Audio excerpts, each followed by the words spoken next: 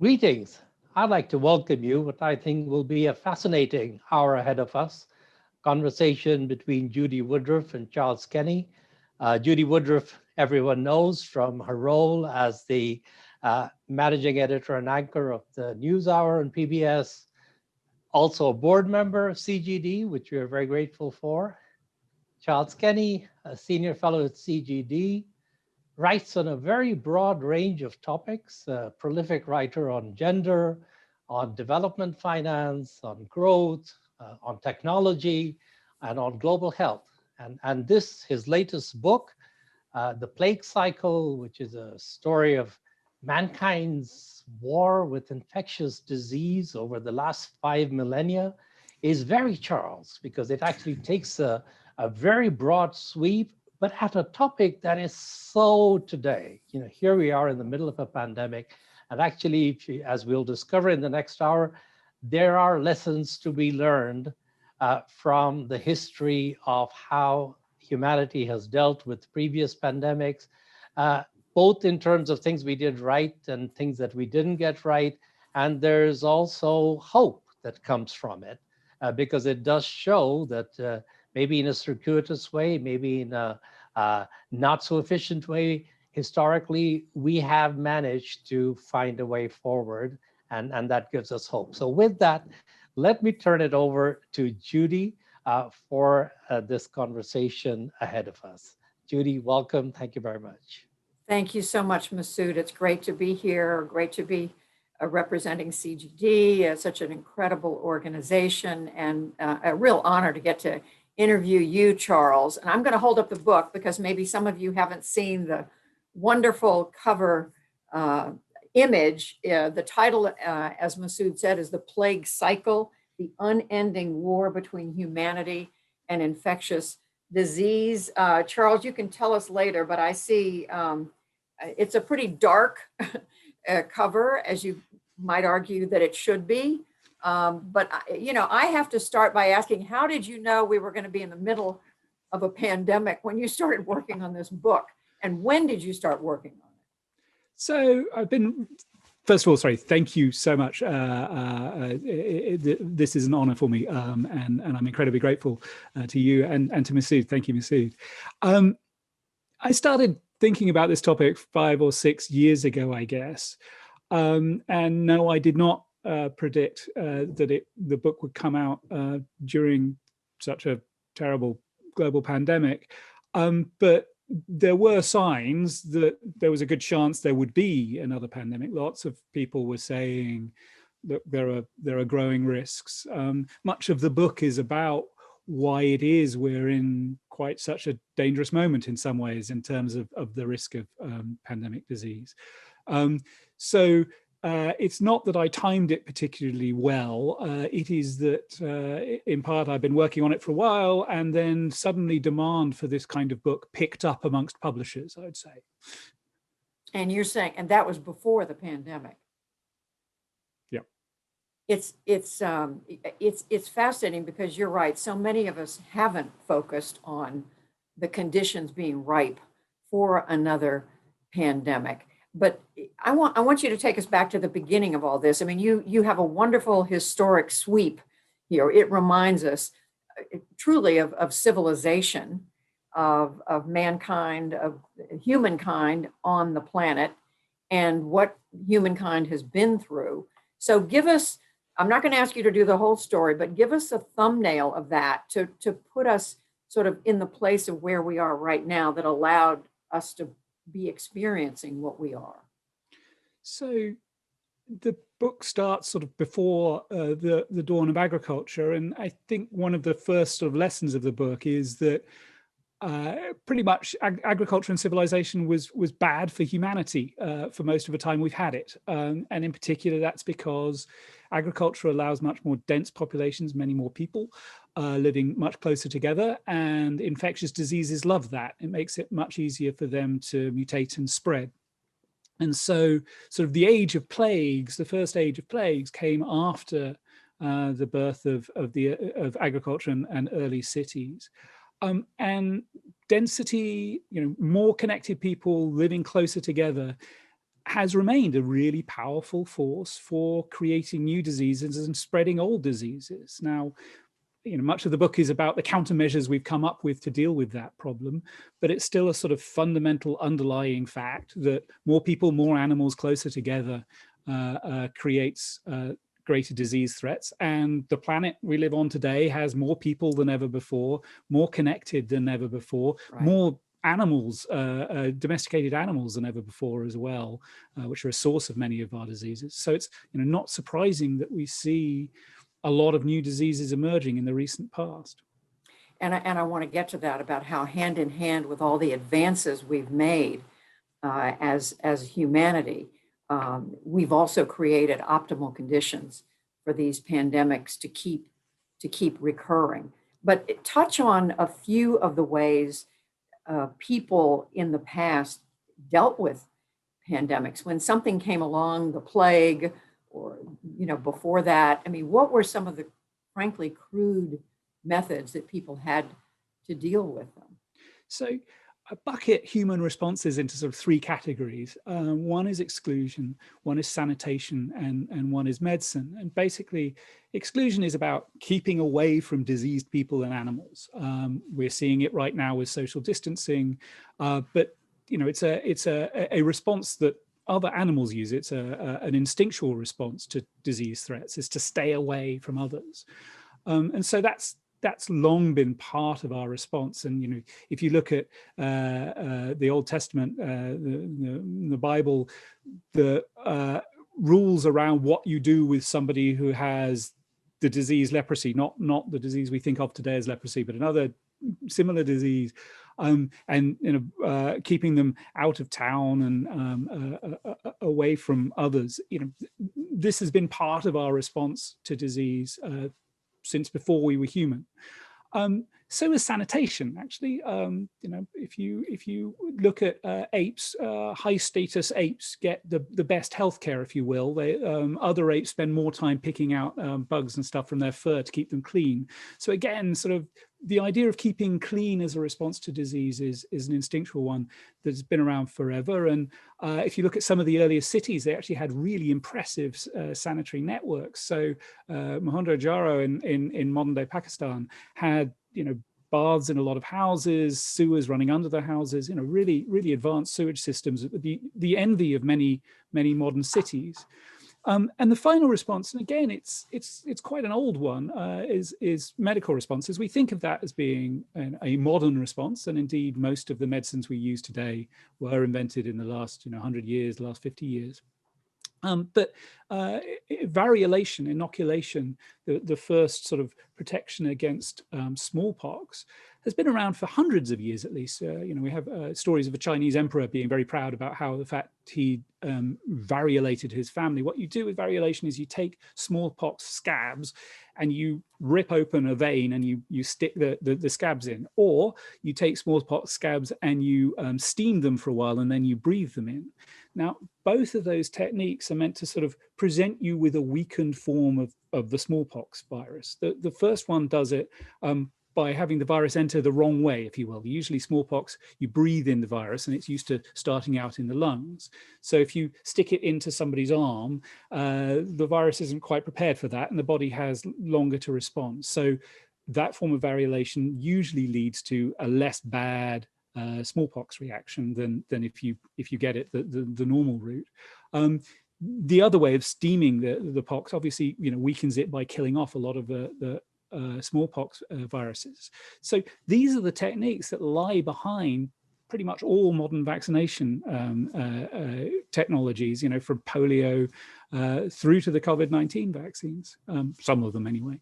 So we've had these historical techniques for quite a long time. What's changed is we understand much better how they work, and in particular with the medical approaches, we've got much better at developing much safer vaccines much faster.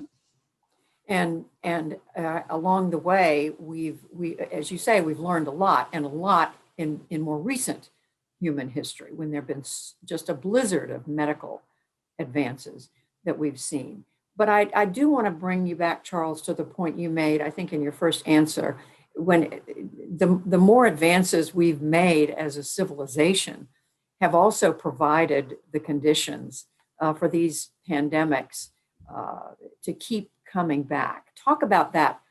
I don't know, it's almost opposite set of forces at work at the same time.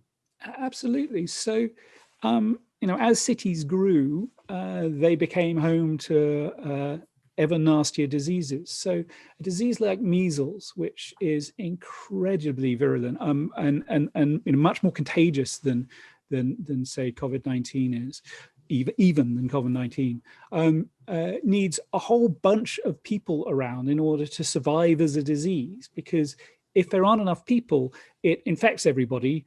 They either die or become resistant to be infected again, and so the measles goes away. So the estimate is you need about 500,000 people to keep measles sort of circulating in the wild. Now, before civilization and agriculture, there just weren't groups of 500,000 people, close enough to each other to keep a disease like measles going. So measles sort of needs civilization in order to survive and spread as much as it has and become one of the world's mass killers. The mixing of disease pools means that we get exposed to whole new diseases. So one of the many tragedies associated with the arrival of Columbus in the New World, alongside an immense amount of violence, was the arrival of new diseases. Very soon after Columbus arrives, we see smallpox arrive, we see malaria arrive. Malaria arrives with some of the first slave ships from Africa, we think, and spreads throughout both North and South America.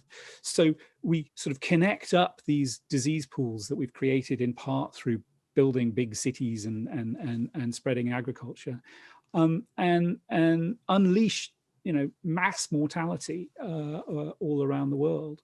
And so sort of this connection between human progress, if you will, exploration, city building, and so on, and the spread of infection is just really tight. And you had what you write about as a plague cycle, the plagues keep occurring. Absolutely. So there's a sort of cycle on a number of different levels. So we're all familiar with the flu cycle, if you will, that every year the flu comes back around. Epidemics tend to run on a slightly longer cycle. So diseases like measles that sort of run through whole populations quite dramatically, they then go away for a bit until enough newborns have come along, enough sort of new blood, if you will, that hasn't been infected before, is available for measles to spread again. And so that these are diseases that are in epidemic form in many parts of the world and come around every few years. And then over sort of longer time frames, you get pandemics. And so the plague of the Black Death, which killed a third to a half of the population of Europe in the 14th century, there was the same plague, Yersinia pestis, the same microbe, pretty much ended the Roman Empire centuries before, and then reappeared in the 19th century, where partially because of globalization, it spread worldwide. There are marmots and so on in the west of the United States that have plague, and they got it during that 19th century pandemic. And to take one step further back, some epidemiologists suggest we're in a kind of third epidemiological transition, they call it. So the first one being the rise of agriculture and the rise of civilization and the diseases that came with it. The second one being our immense victories over disease that we've seen in the last 2 centuries. And the third being what we've seen recently, the emergence of new diseases because we live in this densely populated, very interconnected planet. What have we learned? The scientists, the technological and medical advances are just head spinning in terms of, again, the idea they were able to create these vaccines today at the speed they were, but including the vaccines, the bigger picture of how we deal. What are the greatest lessons we've learned from the cycles, the worst periods of human history? So I think we learn a lot about what infection does in a pre-modern economy, if you will, from what happened during the plague of Justinian at the end of the Roman Empire, and then what happened again at the Black Death. That in those circumstances, basically what you see is mass mortality. You see then the remaining people, many of them are better off. This is sort of Malthus 101, if you will. If you've got a situation where there are a lot of people and there are constraints on the amount of land there is, and so the amount of food they each have to eat is becoming limited, they're both more susceptible to disease, but also they're really hungry. That's the moment when these plagues strike, and they reduce the population, and that means the remaining population has more land. They, are eating more meat. They're doing a bit better off, actually. Sort of the irony of this mass mortality event making the world a healthier place. That's a lesson of the past, but it doesn't apply anymore. So if you look at today, we're just not in a Malthusian world anymore. We're not anywhere near producing as much food as we can. There's not that sort of upside of, oh, some people die and then we're better off. What has made the modern world as rich and as successful as it is the very connectivity, the very density and massively innovative cities and so on, the retreat of disease has allowed us, and so there's sort of no upside anymore from infection, and you're seeing that obviously right now with COVID-19. The horrible deaths are doing nothing but destroying the economy. There isn't an upside here in the way that you might be able to argue that there was back in the 14th century, back in the 3rd century. Well, before I go on with questions with Charles, I'm going to go on another 15 or so minutes or longer, but I want to tell everybody who's joining us today, if you have questions, I'm about to give you an email address. You can submit them to events@cgdev.org, or you can tweet CGDEV and then hashtag, I'm looking at all these symbols, CGDDEV, hashtag CGD Talks, or you can submit your comments via YouTube. So there are 3 ways you can submit questions. And if you have any questions about that, I don't know, somebody who's running this can let me know and I can read all that again. But Charles, let's bring it up closer to today. You're right. I mean, we look around us right now and we're saying, what is the silver lining here? We have over 2 million people dead. The numbers are climbing daily. We had the new president of the United States say yesterday we could have as many as 600,000 Americans die before we get a handle on COVID. It's a truly not just depressing, but it's sobering. It makes us wonder, I mean, where are we as a society? Yes, we've created these vaccines, but we see we're having terrible time now distributing them. What should the people in charge of public health in this country and around the world be thinking about as we tackle COVID and as we think about the pandemics to come? So I think there's sort of three lessons that a historical viewpoint gives you when you look at COVID. The first is, and it's hard to say in the midst of all this tragedy, but how lucky we are it happened now, and how much COVID shows how much the world has changed already. So if you look at the early estimates of what could have happened in the United States if we just let COVID run riot, if you will, we were talking about 2 million deaths. That death rate would have brought us back still below the level of infectious death we saw year in, year out in the United States in the early 20th century. We've made that much progress against disease that this horrible, exceptional year would have been a better than normal year in terms of infectious death back, a few decades ago. I'd also say, and as you mentioned, aren't we lucky it happened now because of the response that we've seen in terms of vaccines? I mean, flattening the curve wouldn't have made much sense 2 centuries ago. Flattening the curve in order to preserve hospital capacity, well, hospitals didn't really have any way to help you. Flattening the curve in order to wait for a vaccine to arrive, the vaccine never would have arrived. And now we're getting a vaccine too slowly, and not nearly enough in developing countries, but we're getting a vaccine within less than a year of COVID-19 first spreading. So in that way, we're really lucky. But I would say a third thing that a historical perspective gives you is how terribly we've done compared to how we could have done. So the cover of the plague cycle that you were kind enough to show at the outset, I think is a beautiful piece of artwork. It is a bit depressing, as you say. It's a picture of death, an allegory of death. It draws from an allegory of death stalking Manchuria in 1911 from Le Petit Journal, a French magazine. I can hold it up while you're talking. Thank you. So there is death with his scythe. The original image was about, was an illustration of what was going on in Manchuria in 1911 during an outbreak of pneumonic plague.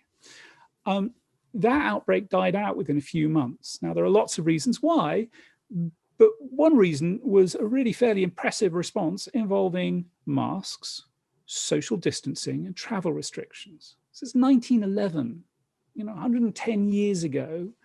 We kind of knew what to do in terms of flattening the cycle, in terms of trying to reduce the death rates from diseases that spread, through the air. And we just did a terrible job. Many countries did a terrible job at remembering those lessons. And, that's the tragedy of all of this. I mean, one of the things we've got to learn is not to forget what we already knew. The vaccine response has been fantastic, but until we have a completely different approach to testing vaccines, there's always going to be a gap. They had the model of the vaccine 2 days after they had the RNA analysis back months ago, but to test it to make sure it's safe, even with all the fanciest challenge trials you can throw at it, it's still going to take months. We are, for at least the coming few years and decades, going to be in a situation where if we're going to try and respond to a pandemic, we need to remember not just the fancy new techniques, but the techniques that have been around a while and how to implement them at scale. And clearly that is a lesson that we forgot. And what is that? I'm tempted to ask, what does that say about human beings? And I mean, because we got a lot of smart people walking the face of the planet. People in positions of responsibility, but the information is there. It's not that the information's been lost, but so much of this, it seems to me, does have to do with decision making. I agree. I don't want to be too tough on leaders. One, certainly, I think the response in the United States was catastrophic. But the response lots of other places was catastrophic too, right? This isn't a uniquely American problem by any stretch. It's a shorter list to come up with the places that did really well, the Taiwans, the New Zealands, than to come up with a list of countries that did really badly, of which there are a number. And there are sort of good reasons for that, if you will. Maybe that's the wrong way to phrase it, but throughout history, people have pushed back against controls put in place to control infectious diseases. Quarantines aren't popular with traders. Waiting, 40 days before you can unload your ship is a massively expensive undertaking, and so they don't want that. Splitting families apart. I mean, as you may be able to tell, I have British antecedents. I haven't seen, my parents in over a year, because I can't travel to the UK and see them. And, I'm one of the lucky ones. There's a serious amount of economic and social pain attached to making these decisions. And in the early days of a pandemic, when you don't really know all we now know about the disease and how it spreads, making these big decisions to sort of shut down whole economies, split up families and so on, it's a really hard decision to make. And I understand why people, step back from it. I think they step back too long, and in many places still are stepping back too much. But it's a human response. And again, it's one we've sort of seen through history. What is your forecast? And again, we are welcoming questions from all of you who are joining us. You can send them in. I'm going to read it again very quickly. events@cgdev.org. You can tweet @cgdev, hashtag CGD Talks, or you can submit your comments on YouTube. But what is Charles Kenny, what is the outlook for this pandemic? I'm not asking you we ask the quote unquote experts every day, when are we going to all have our vaccinations? But what is the outlook in terms of getting our arms around it so that it's truly behind us, and then having time and space to prepare for the next one? So as you rightly point out, I'm no medical doctor nor an epidemiologist. So I'm listening and asking the same questions you are to the same experts. I will say, I hope that the immediate and tragic death toll begins to tail off, in the next few months. I'm afraid I think the economic effects, especially the global economic effects, are going to be around for considerably longer than that. We've just seen so many businesses collapse and so on that they don't reappear overnight when the disease goes away. And frankly, my longest term worry is the missed connections. So about a fifth of marriages in the United States, including mine, involve couples from two different countries. One born here, one born somewhere else. We've had a year and a half of basically none of that kind of meeting going on, or very little of it. And if you look at the response to the COVID vaccine, to COVID itself, including the vaccine, the importance of sort of serendipitous meetings of people getting together from other places is really obvious. The Pfizer vaccine, created by some Turkish people living in Germany, distributed by a US company run by a Greek person. All of that stopped. And it hasn't just stopped globally, it stopped within countries too. And all of those missed opportunities, all of those missed connections, I think the effect of that goes on for decades and is really sad. And it's, one of the reasons I think it's really vital that we get better at dealing with these diseases faster.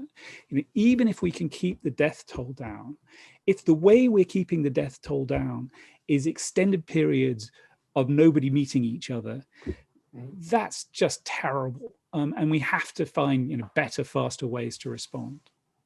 And that raises the argument you make in the book. I mean, you come out, against banning travel. I mean, you are for trying to hold us together, hold us connected as much as possible, not to give up or to cut back on globalization.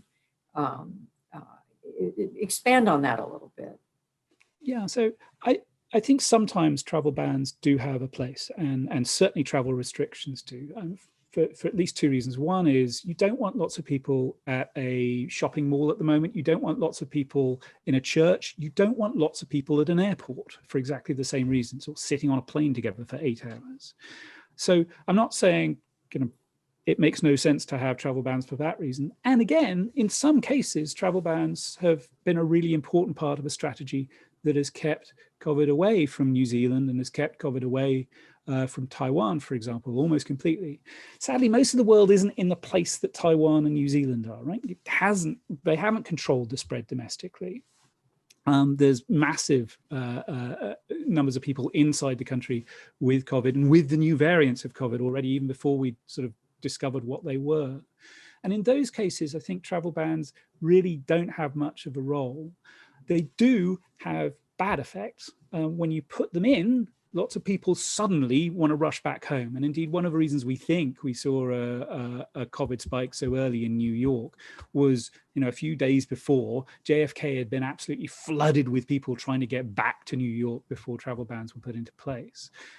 long lines, all stuffed together, nobody wearing a mask. It was disaster waiting to happen.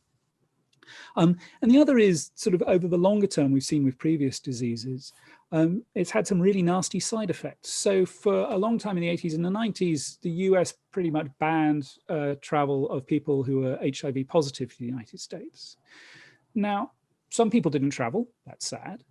Others did travel, but in order to avoid getting caught at customs, they left their drugs, their HIV medications at home. That put them at greater risk, obviously, they were off meds. But as we now know, being on HIV meds stops you giving HIV to other people quite often. And so that was increasing the risk to the American public, not helping it by putting in place this travel ban. So while I think there is definitely places for the moment, in places like New Zealand, they should be having quarantines, they should be having multiple testing before they let people in. Those cases are comparatively limited, and as a rule, travel bans get in the way, don't help, cause problems rather than solving them.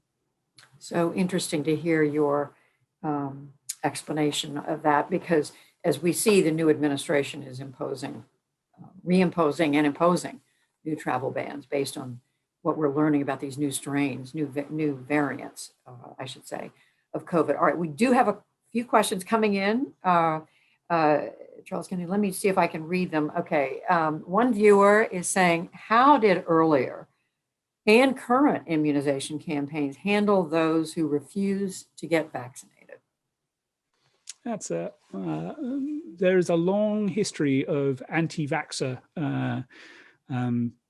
concerns going back to the first vaccine invented by Jenner against smallpox.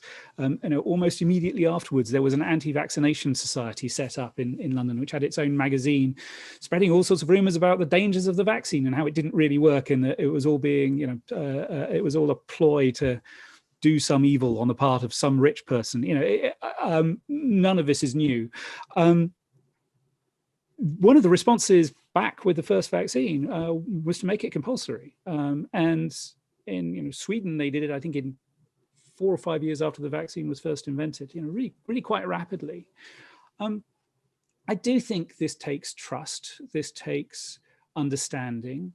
Many people who are worried about getting their kids vaccinated against just sort of, the regular cycle of diseases that we get vaccinated against, it's not that they don't love their kids or don't think that measles exists. They're trying to be good parents, and I think they're misinformed, but they're on the right side. So demonizing them doesn't really help.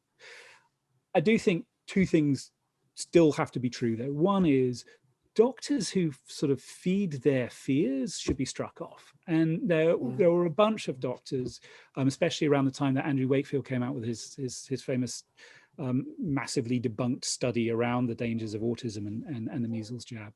There were a bunch of doctors who said, well, yeah, we know there's no evidence for it, but parents are worried. So I'm, listening to the parents, and I'm saying, yeah, maybe you shouldn't get your kids vaccinated. That's just, gross irresponsibility on the behalf of medical professionals. And again, as I say, I think they ought to be struck off. And frankly, I'm afraid I think that there is also still a role for compulsory vaccination. I don't particularly want to send my kids to a school where a bunch of other kids haven't been vaccinated. Now, my kids will be vaccinated, right? But a growing number of people in the United States and worldwide are immune compromised. Vaccinations really can be dangerous for them. They don't have the choice to get vaccinated. We need, in order to, make sure that we get way beyond herd immunity and we really tamp this disease down, we need everybody who can get vaccinated to get vaccinated as fast as possible. This isn't a private choice, this is a public choice. And I think there's some role for coercing people into making the right choice.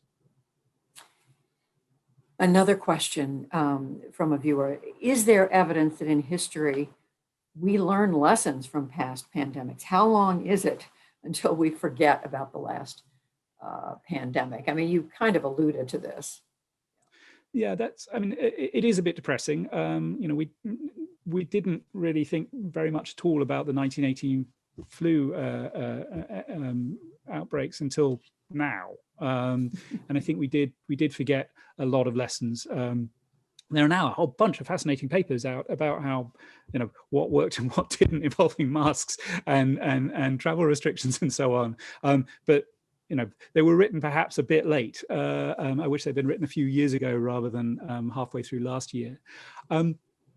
So we do forget, and in a way, that's a sign of our success. I think so is the anti-vaxxer movement. It's quite easy to be fairly relaxed about the measles, because hardly anybody has it. Why does hardly ever anybody have it? Partially because of the vaccine. So our very success makes us a bit more susceptible to this. I think it's the responsibility of leaders to make sure that we don't forget the lessons this time. And I will say that if you look at some of the countries that are doing best this time against COVID in East Asia, they're countries that learnt from SARS. They were some of the worst affected by the SARS outbreak a few years ago, and they've got into place decent testing and tracking systems and institutions. And so they learned. Sadly, they had to learn quite recently from not doing as well against another infection. Luckily for them, it was a less deadly infection than COVID. Here is another question. Historically, do we see infections change to less virulent forms over time? Yes. I'm sad that that doesn't seem to be what we're seeing, as far as I understand it, at least with COVID so far. But we have in the past. So syphilis is a fascinating disease when it comes to global history, because probably it came back with Columbus's crew from the New World. It then spread around Europe quite rapidly, known as the Naples disease, and then the Italian disease, and then the French disease, and then the German disease as it spread, and then the European disease by the time it reached the Middle East. It also traveled particularly fast to India, and that was because Vasco da Gama's crew took it around the Horn of Africa to India on his early exploratory expedition. So, a real sign of how globalization can be a force for spreading disease. Also a sign that you don't need very much globalization to do it, right? That was a sum total of 6 or 7 ships. But sort of to the point, syphilis, when it first arrived in Europe, it's still a nasty disease, but when it first arrived, it was a real mass killer. And it did seem quite quickly actually to evolve into a form that wasn't so deadly. Of course, that's in an infection's interest, if you will. If it kills off its victim too quickly, it has less time to spread. So, mutating into a form that means it's more likely to be around long enough to infect multiple people is good for the infection. It's there's an evolutionary push to move in that direction. I don't want us to have to wait around until COVID decides that it wants to get less infectious. Sorry, until it, right. The evolutionary pressures make COVID less infectious. And I'm very glad to see the evidence that it appears that the current mutations still respond to the vaccines we have. I think that was something that we needed to hope for in the past when we didn't have better responses. I'm curious about something from what you've said in your last couple of answers, Charles, about these new variants of UK, South Africa, Brazil, and now we see the vaccine manufacturers, including, I guess, Moderna, looking at boosters and, just trying to get ready. After we were initially told, they thought the vaccines would cover everything. They are now open. They're seeing new information.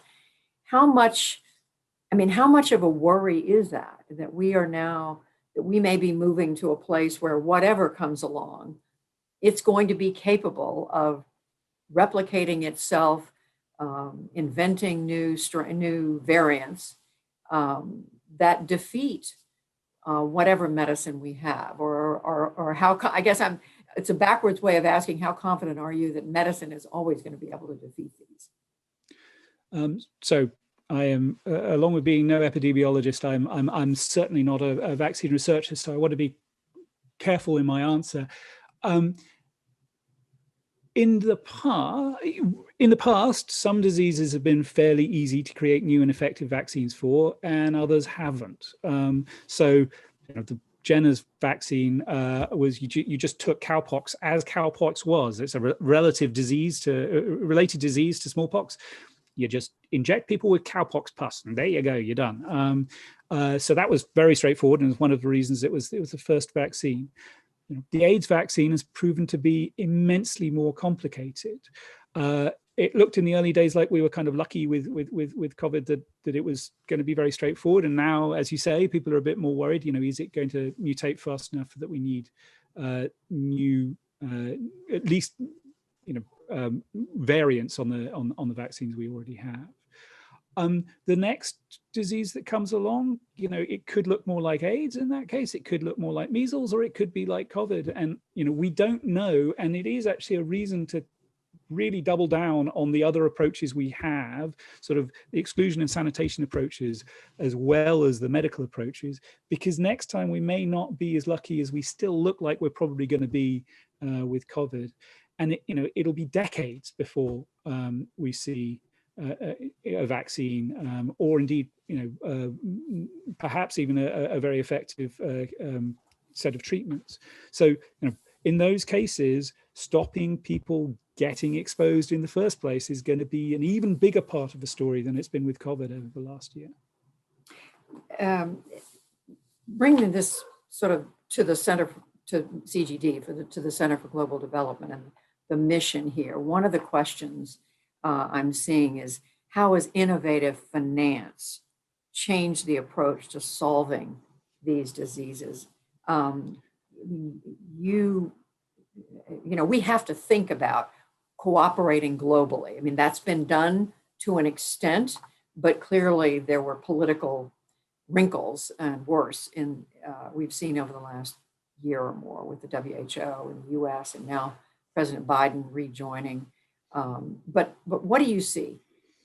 So, one of CGD's proudest accomplishments, if you will, is being part of the advanced market commitment that basically told drug companies, you produce a pneumococcal vaccine, we promise to buy a lot of it at this price. And drug companies responded and produced a pneumococcal vaccine, which is now being rolled out worldwide.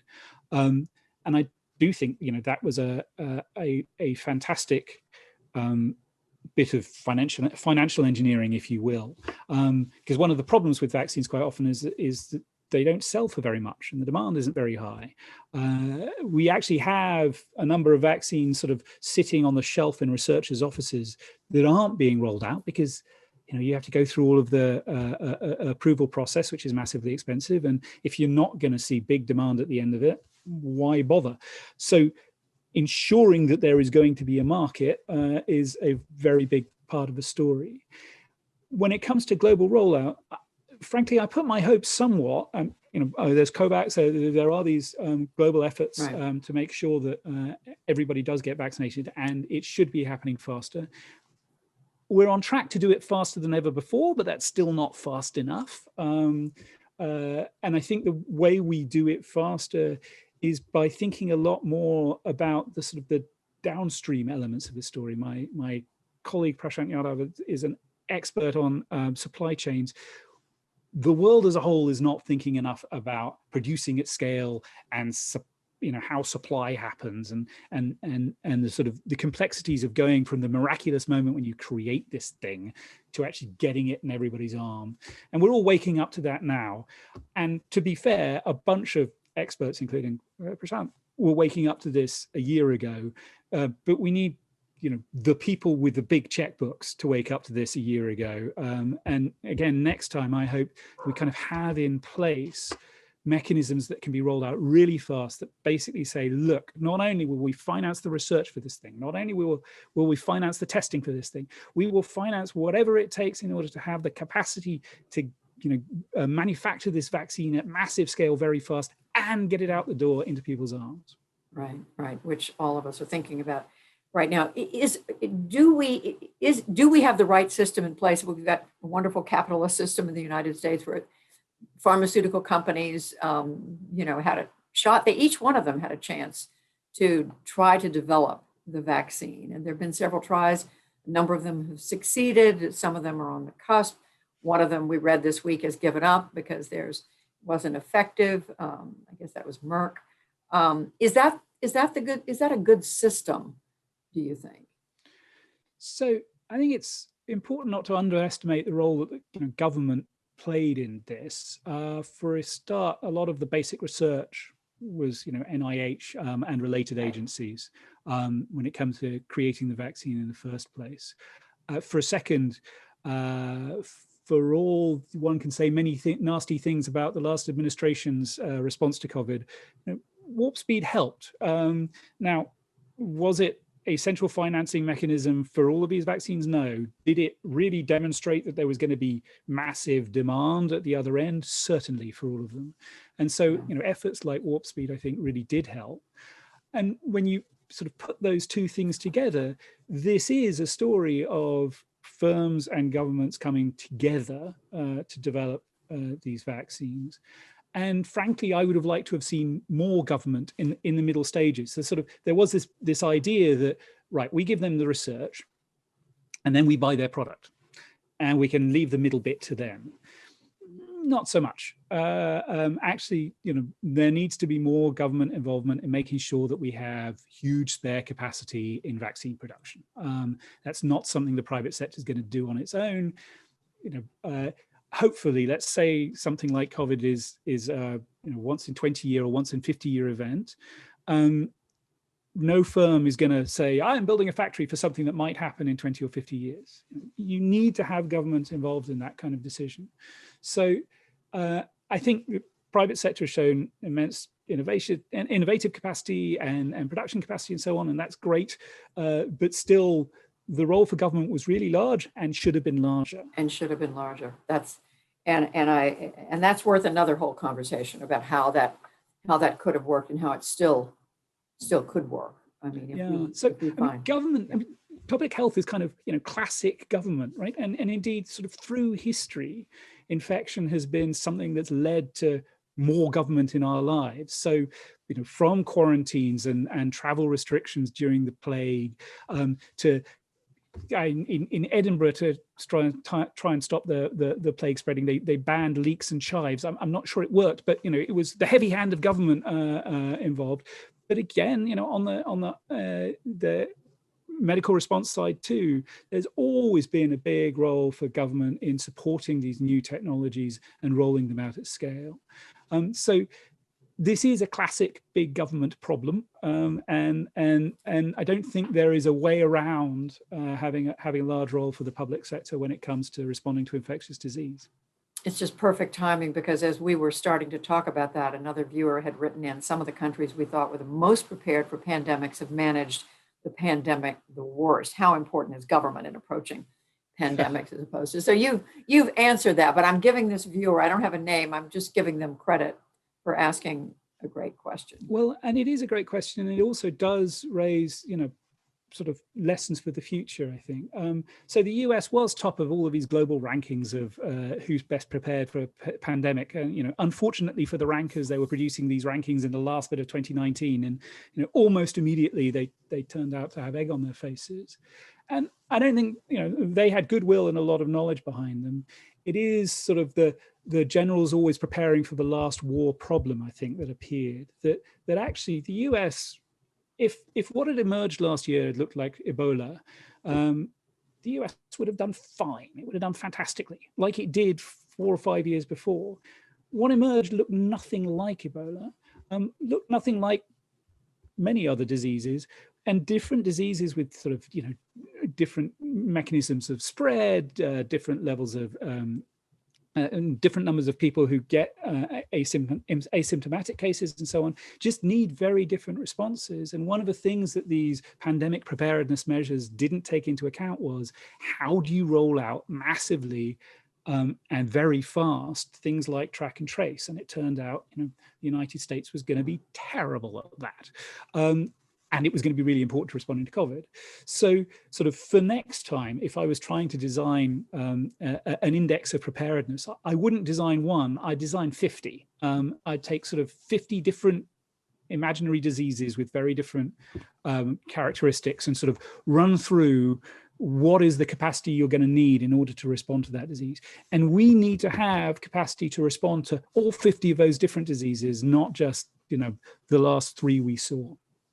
And that kind of touches, this is a question, and this person gives her name, it's Nancy Birdsall. She asks, how can we fortify the global system against forgetting about pandemics. It sounds like you're saying one of the ways is to prepare for the future. Don't stop preparing. Hi, Nancy. Thanks for the question. Yes, and I think, institutionalize is sort of the classic response, right? And we already have global institutions that are doing good work in this area. The World Health Organization, nobody would call it perfect, but it really played an important role in getting out information on what the virus looked like, on early evidence of what worked to respond to it, on testing. So it played a really important role. It didn't have the power it needed to investigate the outbreak in China independently, for example. We need to give it more power. We need to give it a lot more money. Its budget has been flatlined for decades. But we have this institution. Indeed, some of the earliest global institutions were created, not surprisingly, around infectious disease. As cholera broke out in the 19th century, there were international treaties on it. This is an area where we need global cooperation. We need much stronger institutions, and creating an institution kind of gives you a way to preserve knowledge and preserve an idea of what you do in response. So I do think putting in place strong institutional foundations so that next time we do this better is the short answer. So Charles, this is a grim question, but in your book you talk about the plague of Justinian. Can a plague really bring a great civilization to its knees like the Roman Empire? So yes, is the short answer. It luckily not very often. Just to go to the Black Death that we all know and love, the 14th century Black Death, that actually didn't destroy any civilizations. Indeed, life went on remarkably as normal. The 100 Years' War was halfway through between France and England, and they took kind of 6 months off from the fighting and then went straight back at it. But it was different with the Roman Empire, and I think that's for a bunch of reasons. It was already on the way down, partially because of a whole bunch of different plague outbreaks, not all of them the Black Death, smallpox. There could have been Ebola too. We're not 100% sure about that. Had already weakened the empire. There were, outsiders attacking. There was civil war, but sort of the death knell really was Justinian's army. Justinian, who had managed to sort of stitch back together large parts of the Roman Empire, his army, half of it disappeared because of the plague, and it was just not possible to sort of recreate the structures of empire after the Black Death. And indeed, this is a period where the Islam is spreading through the Middle East, and Saudi Arabia didn't get very hard hit by modern Saudi Arabia, didn't get very hard hit by the plague. So here is this strong new force to destroy from the east as well. And so I really think in this case, you can say infection sort of destroyed an empire. And the other cases are obviously in the Americas and the New World. I think it's fairly clear that Mexico and the Inca Empire both fell apart. There were already civil wars going on, but they completely collapsed because of the impact of infection. Thankfully, that doesn't happen very often. And COVID is for all of its horrors. As I said, the Black Death was killing a third or half of the population. COVID, thank goodness, is doing nowhere near that. So I don't expect to see, the US fall, from global preeminence as a result of COVID. Although I think probably this is one more factor in the decline, perhaps. The US response is hardly, set it up as a world leader, but it's, thankfully nothing compared to the kind of tragedies we've seen in the past that really have been empire ending. Here's a kind of a sweeping question, but maybe a nice way to wrap up the hour. Public sentiment, solidarity, and grit are important parts of overcoming global and national challenges such as COVID. How do you stay so abundantly optimistic?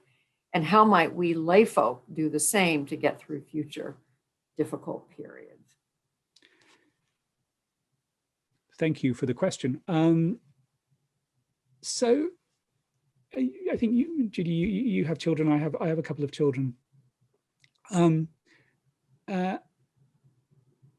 can't imagine sort of going through the pain of burying one of them.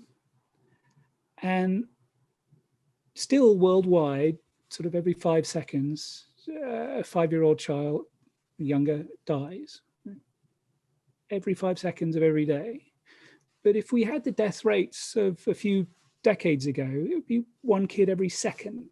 And we've reduced by 4/5 the death rate worldwide of children. It used to be a normal part of being a parent, you would bury a child. And now worldwide, it's a rare tragedy, not rare enough, but a rare tragedy. And that kind of progress, which is because of the decisions of parents and doctors and great new medical cures and governments doing the right thing sometimes, and all of it together is what's making this world a better place to live, a better place to be a parent. There is no reason for it to stop. COVID is a tragedy that has reversed our progress, but I sincerely believe it'll probably be a temporary tragedy.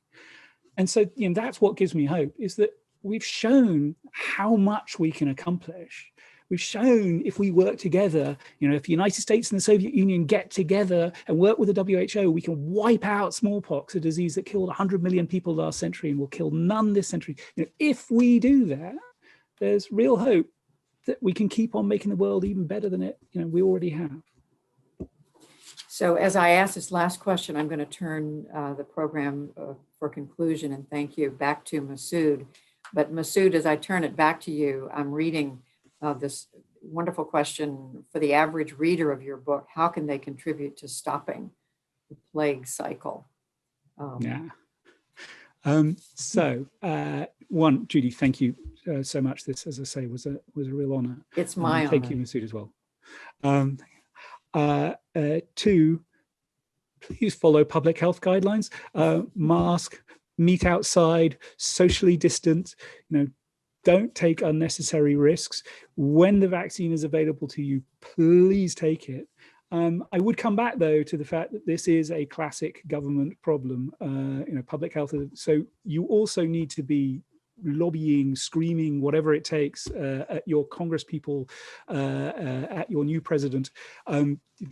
Take this stuff seriously. Don't think that once we've dealt with the immediate crisis of COVID, it's over. We need to put in place more mechanisms to make sure nothing like this ever happens again.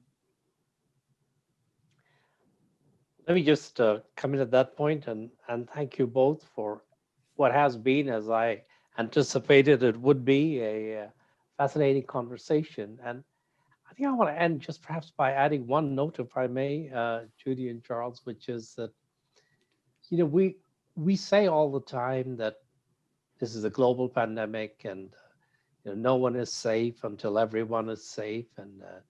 And of course, that does mean that not just in looking at how we roll out the vaccines over the next year or two, but how we think about putting in place a global health security infrastructure.